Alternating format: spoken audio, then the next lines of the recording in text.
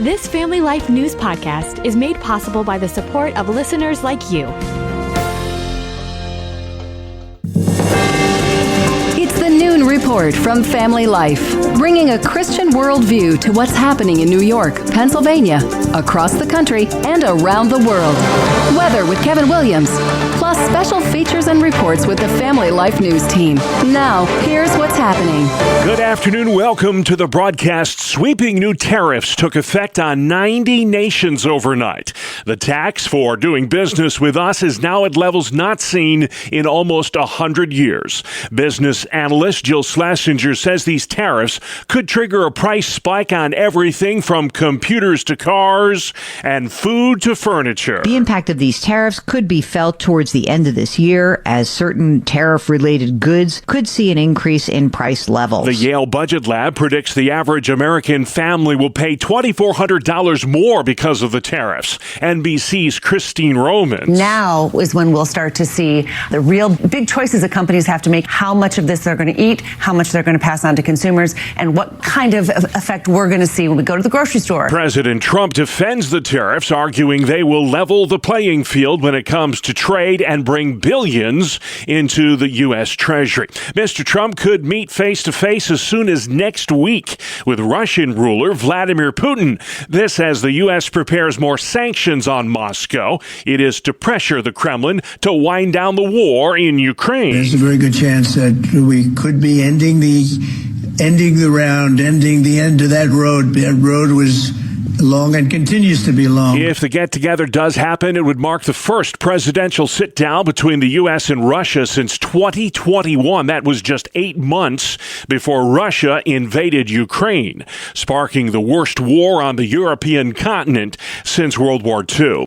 United Airlines flights are back in the air today after a massive ground stop last night at several airports. A tech issue led to the flight delays in cities like San Francisco, Denver, Chicago, Houston, and Newark. Sat on the tarmac for 3 hours. Everything left on time, but when we landed was when we kind of hit the snag. The outage impacted the system that calculates the weight and balance of each flight. Aviation analyst Jeff Gazzetti. That was enough to send shockwaves through United Airlines' system. Residual delays are being felt today at airports nationwide. Military police at Fort Stewart, Georgia, have a 28-year-old Army sergeant in custody following yesterday's shooting on the base that injured 5 soldiers. Reporter Skylar Henry. We're still not certain about the motivations. According to Brigadier General John Lubis, soldiers tackled the gunman to stop the attack. These soldiers, without a doubt, prevented further casualties.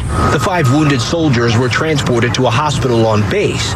3 required surgery. All are expected to make a full recovery. Fort Stewart's about 40 miles south of Savannah. It's home base to the Army's 3rd Infantry Division. Some 15,000 active duty soldiers are stationed there. ICE agents used a rental truck as a Trojan horse yesterday as they conducted an immigration raid in downtown Los Angeles. Here's Fox News' Kristen Goodwin. DHS agents carrying out a raid at a Home Depot near downtown L.A. Wednesday, arriving in a Penske rental truck, revealing 16 undocumented migrants from Guatemala, Mexico, Honduras, and Nicaragua were taken into custody. The operation occurring despite a court ruling temporarily restraining federal agents from conducting roving patrols and rounding people up without reasonable suspicion. ICE agents say the raid was in response to MS-13 gang activity. A spokesperson adds the enforcement of immigration law is not negotiable, and there are no sanctuaries from the reach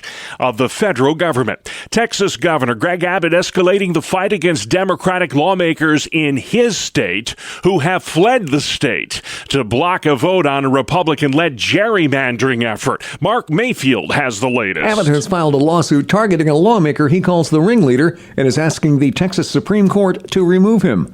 Representative Gene Wu defended his actions and accused Abbott of using the law as a weapon to silence people. More than 50 Democratic lawmakers fled to block the plan. The governor asked the court to rule by Thursday afternoon, while the state house is set to convene again on Friday. University of Texas San Antonio professor John Taylor says quorum breaks are nothing out of the ordinary in the Lone Star State. Texas has seen these attempts at breaking quorums as far back as the end of Reconstruction in the 1870s. Over 50 Democrats have fled Texas for blue states like Illinois, New York, and Massachusetts, and they vow to remain in exile until a special session of the Texas legislature ends in a couple of weeks. 3 Americans were recently rescued from the bottom of the world in pitch black darkness and minus 11-degree temperatures. New Zealand's Air Force carried out the daring 20-hour medical mission at McMurdo Station in Antarctica.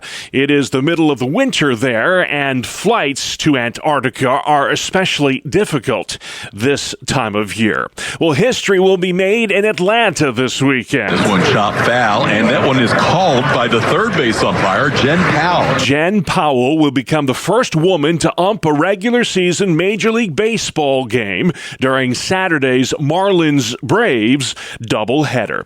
Still to come on the Noon Report, why redistricting retaliation is a bad idea, wind farm controversy in Cayuga County, and Jamestown celebrates comedy. Good afternoon. I'm Kevin Williams, heading toward the weekend with prospects for quite a bit of sunshine, diminishing haze, and rising temperatures. Forecast details are up in 10. All right, going to get real hot late this weekend, early next week. Thank you, Kevin. A couple of GOP congressmen from New York want Canada to do more to prevent wildfires that are causing poor air quality in the Empire State. Republicans Elise Stefanik and Nick Langworthy wrote a letter to the Canadian Prime Minister Mark Carney asking Canada to dedicate more resources to fire prevention and response. They say New York communities are dealing with unacceptable levels of smoke in the last few years due to Canadian wildfires. They point out in the letter that it's impacted outdoor activities and has forced residents to stay inside during the summer months. Scott Pringle reporting a plan to build the first ever wind farm in Cayuga County, New York is getting a lot of blowback from the people who live there. 24 massive turbines could soon take shape in the towns of Scipio and Venice. Scipio Town Supervisor Gary Muchler. It's going to be a big change. We're right in the Finger Lakes between Ocuga and Owasco Lake. We have quite flat land there. And so to put 24 650-foot tall turbines is quite a thing. Just for reference, the St. Louis Arch is 630 feet, and the Washington Monument's 550 feet.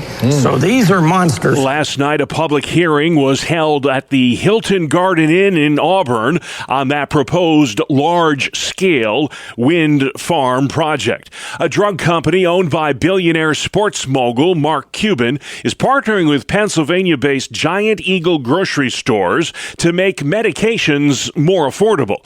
Customers can save on their prescriptions using the Team Cuban card.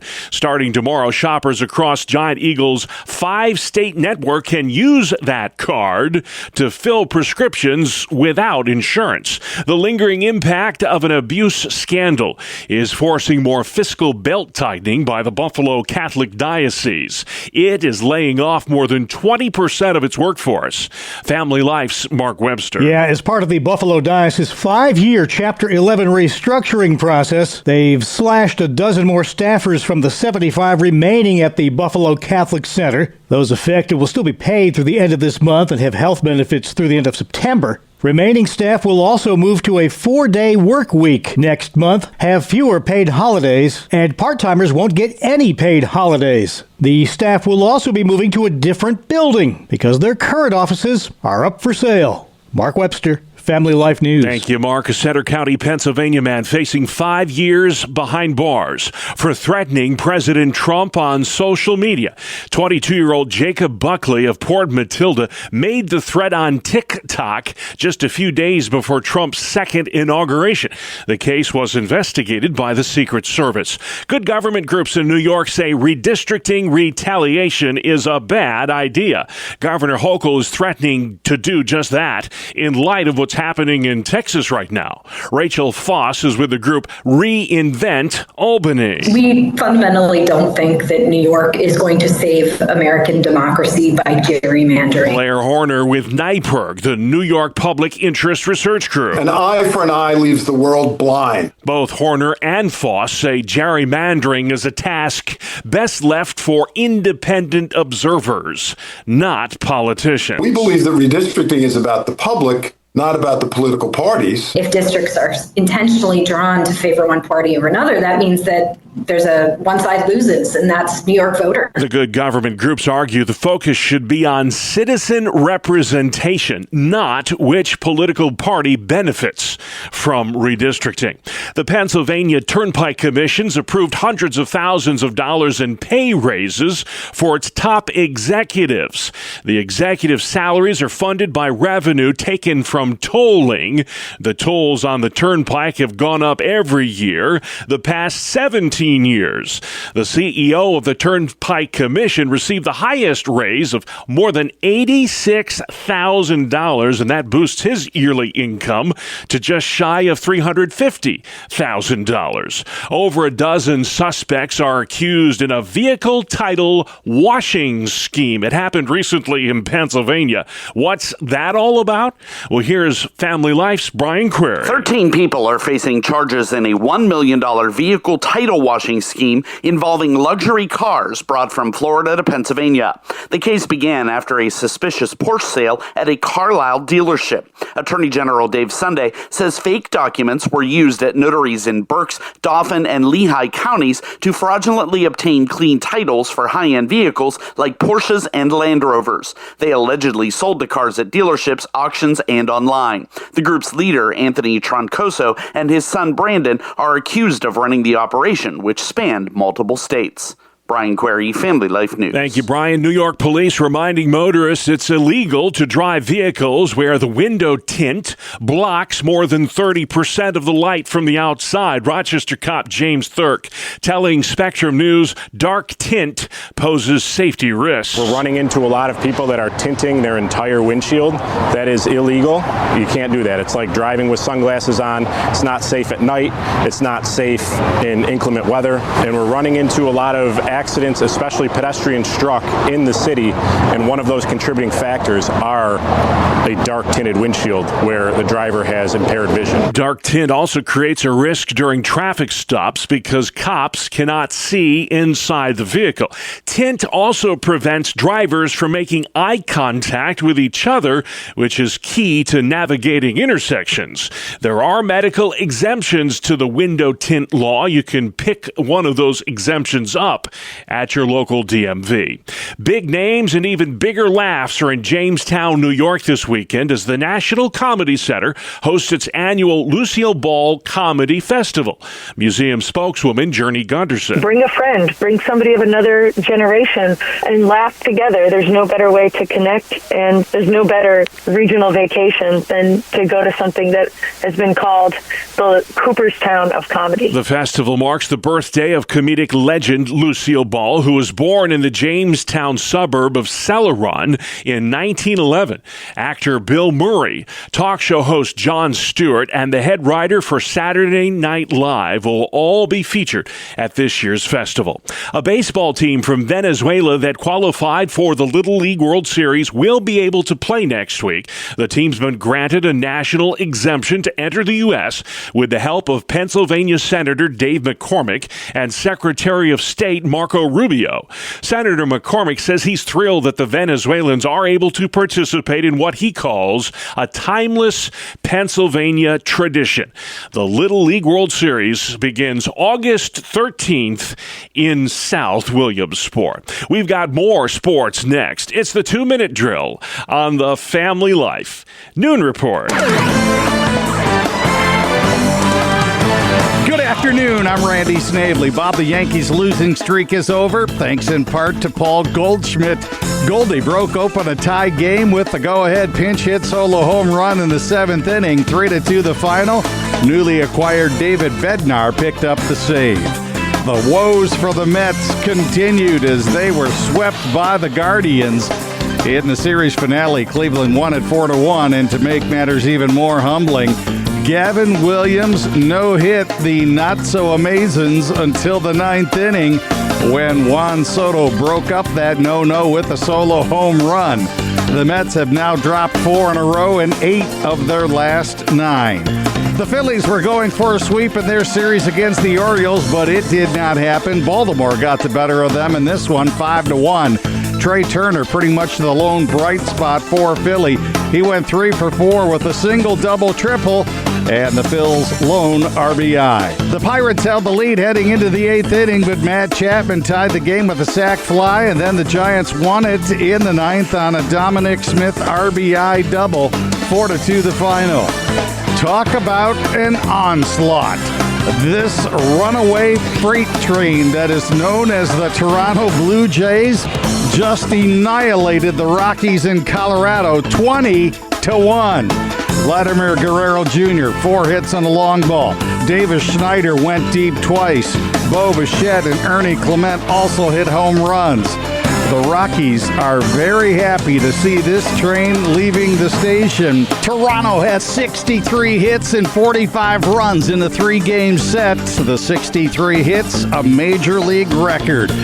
That is a look at sports. All right, Randy, those Blue Jays are for real this year. Thank you very much. Still to come on the Noon Report, Apple is coming home. Superman joins ICE, and the case of Emily Carpenter. Welcome to Breakpoint, a daily look at an ever-changing culture through the lens of unchanging truth. For the Colson Center, I'm John Stonestreet. The Christian citizenship is in heaven, but that does not mean that our cultures and civilizations here on earth do not matter. Rather, Christians are to bring Christ's kingdom to bear in whatever time and whatever place God has put them, working to renew and to restore, to turn our upside-down world right side up again with his power. Christians are also right to mourn whenever nations reject their Christian heritage, especially when, by doing so, they devolve into something unrecognizable. In the years after World War II, immigrants from former colonies generally integrated into those countries that had colonized them. However, in recent decades, many European nations adopted a careless border policy and at the same time rejected their own heritage. As a result, mass migration from the Middle East and Africa, or in Britain's case, South Asia, occurred without sufficient vetting or any expectation of assimilation. Especially migrants from Muslim countries tend to despise Western values as well as the people who hold them. Often they're explicit about their desire to transform their new countries into fundamentalist Islamic states. The contempt for kafir, or non-Muslims, can be seen in the grooming gangs of England.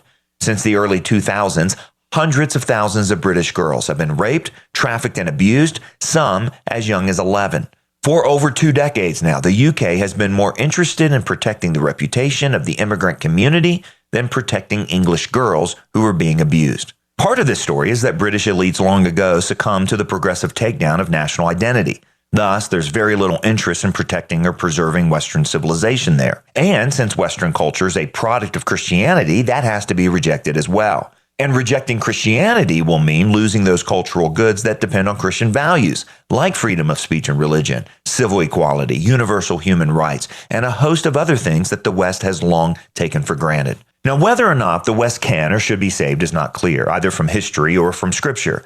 God can certainly change the trajectories of nations and civilizations, but he's not revealed to us what his plans are for this specific time and place. But what is clear from Scripture is that either way, whether in times of prosperity or persecution, Christians are called to be agents of renewal. And so we promote and preserve those things that are good. We oppose and resist those things that are evil. We imagine and innovate those things that we might offer the world in the name of Jesus Christ. And we renew and restore to the best of our ability those things that are broken.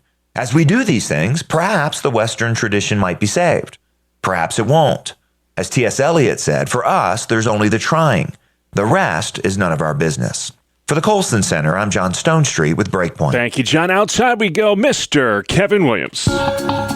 Here is your family life weather forecast. This afternoon stays hazy. It will be warm, and we'll have ultimately a good deal of sunshine with high temperatures in the low to mid 80s. Hazy, smoky moonlight tonight, low temps Generally low 60s. Tomorrow and Saturday, good deal of sunshine and rather warm. High temperatures in the 80s. A few spots will nudge 90 on Saturday. Similar conditions are expected on Sunday. All right, Kevin, the hot stuff is back. Thank you very much. This is the Noon Report. I'm your host, Bob Price, and here's what's going on Thursday, the 7th day of August. President Trump's sweeping new tariffs on 90 nations took effect at midnight. The import tax ranges from 10 to 40%, depending on what nation you are.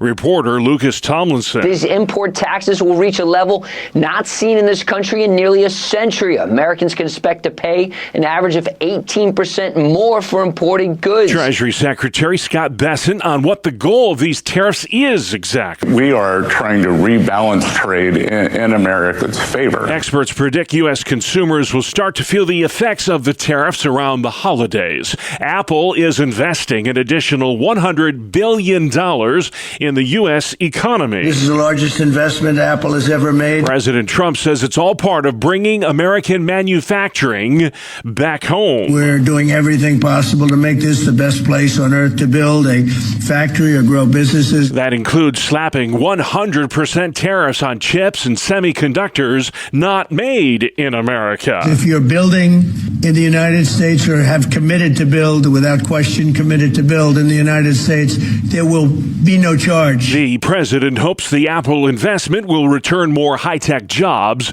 to these United States. The president could meet as soon as next week with Russian ruler Vladimir Putin. That get-together would mark the first summit between the two world leaders since Russia invaded Ukraine 3.5 years ago. The U.S. ambassador to Israel is adamant. The starvation that's happening in Gaza right now is 100% the fault of the terror group Hamas. Hamas has not allowed the food to get to the people who are hungry. Increasingly strong language is being used about Israel's prosecution of this war, being accused of genocide. If Israel is attempting genocide, they're really, really bad at it. They could have had genocide on October the 8th. If they were trying to commit genocide, it would not have taken them 22 months to do it. Mike Huckabee interviewed there by CBS News. United Airlines flights were grounded last night due to a technical glitch. Correspondent Chris Van Cleve. A system outage halted departures, prompting ground stops at several key United hubs nationwide, delaying hundreds of flights coast to coast, while others arrived at their destinations only to wait for hours in what amounted to a traffic jam on the tarmac. This passenger got delayed for 3 hours in Houston. Travel right now is a weird, scary game show where you don't really know how it's going to end. Residual delays are still being felt today due to the ground stop last night in San Francisco, Denver, Chicago, Houston, and Newark. An Army sergeant at Fort Stewart, Georgia, opened fire on his fellow soldiers yesterday. 5 were injured before others stepped in and stopped him.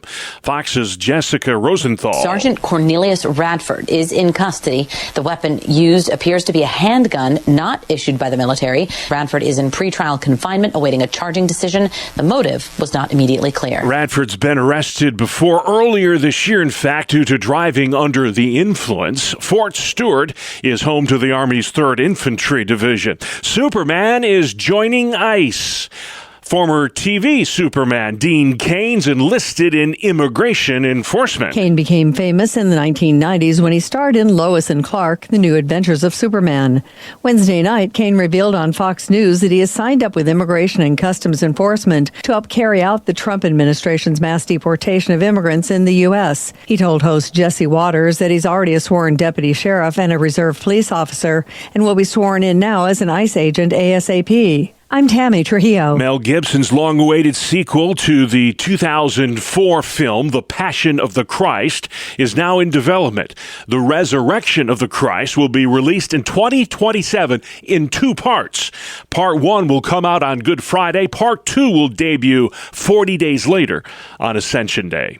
You're listening to The Noon Report for Thursday on Family Life.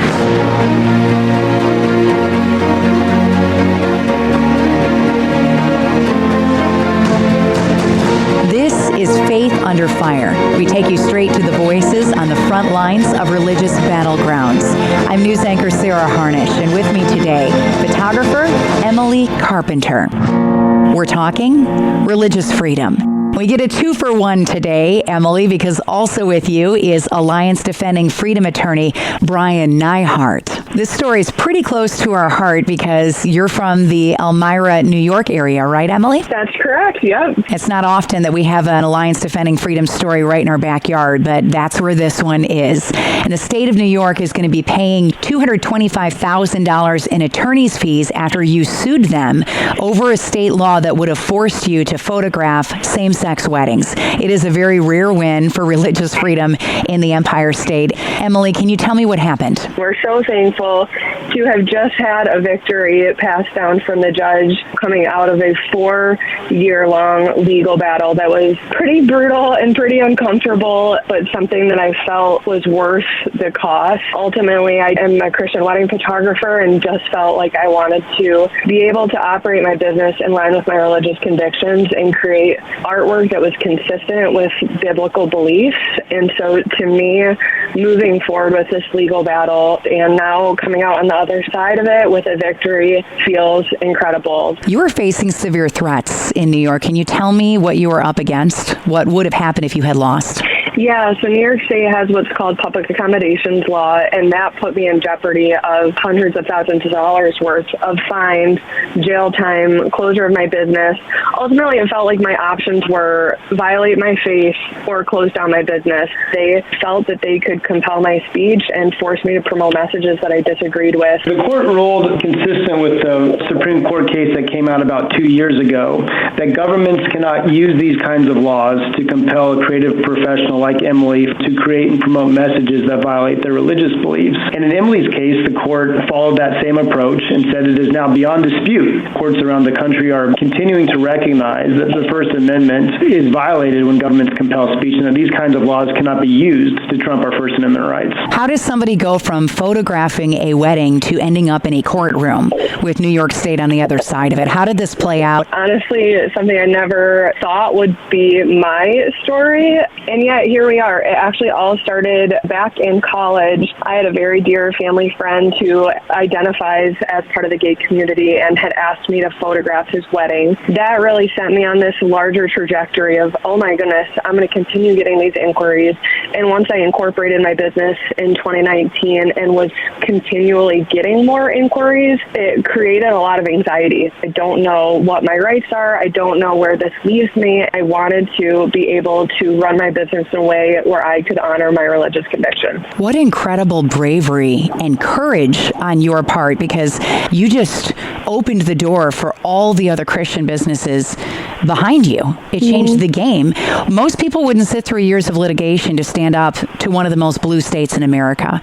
Why did you do it? I felt like as a Christian, it is not just your responsibility, but also your joy to honor Christ. Even though it has come at a cost, there have been personal losses. I'm pregnant with my third child. All of our kids have come throughout the course of litigation. It has been very emotional at times, and yet I still feel like it was worth every step of the journey because we don't live our lives to honor man, but to honor God. And I think there's a lot of joy in following Christ in spite of opposition and then persecution. Brian, will this case have a ripple effect on other Christian businesses in New York and even across the country? It absolutely protects Christian professionals, but it actually protects all Americans, regardless of their particular viewpoint. And so what this case says is that the government can't put their thumb on the scale of particular views and favor those points over others. So certainly in New York, this case sets a precedent for other New Yorkers who engage in expression for a living, but it also serves as a precedent for wedding photographers across the country that says if their government is telling them that they have to take a particular view of marriage,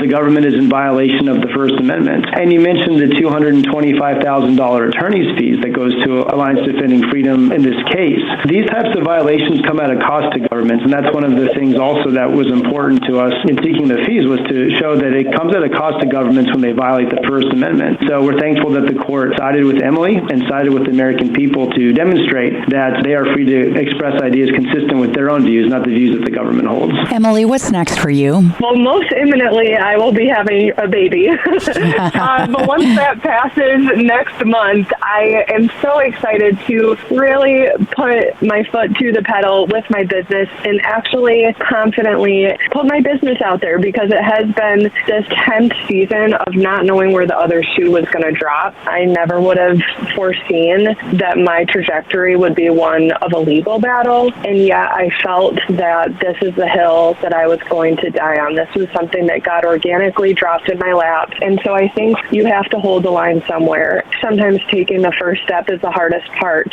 but now I feel like I can live out my faith in confidence and in honesty, whereas before that, my beliefs were closeted. Now I feel like saying, this is where I hold the line. This is a level of truth I'm not willing to compromise. Was it worth it? It was worth it, and now I have the joy and the confidence to be able to run my business in a way that honors Christ and is in line with my conscience.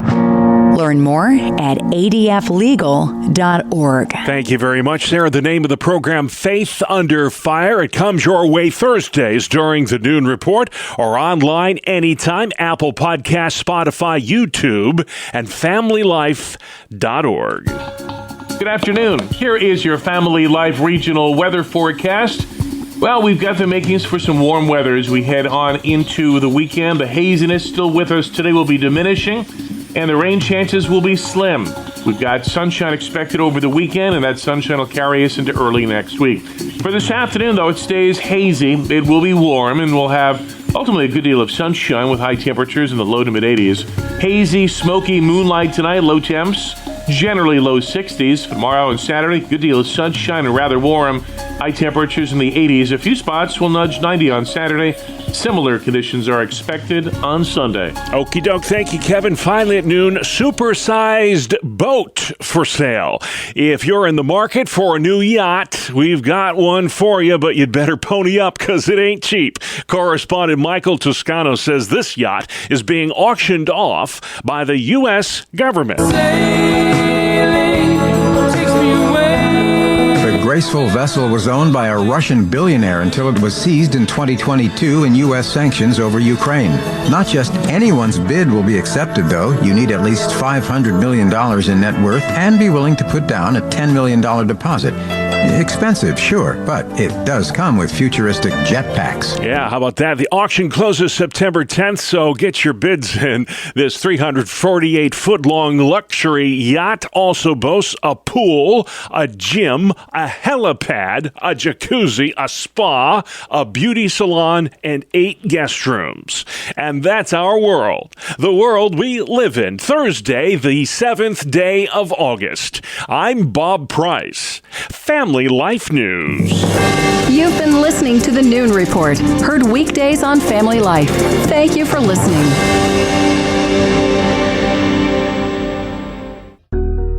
Thank you for listening to this Family Life News podcast. If you've been encouraged by what you've heard, please share it with others and click the subscribe button to automatically receive future episodes. Family Life is a listener-supported ministry. Podcasts like this are made possible by your financial partnership. Find out more at familylife.org.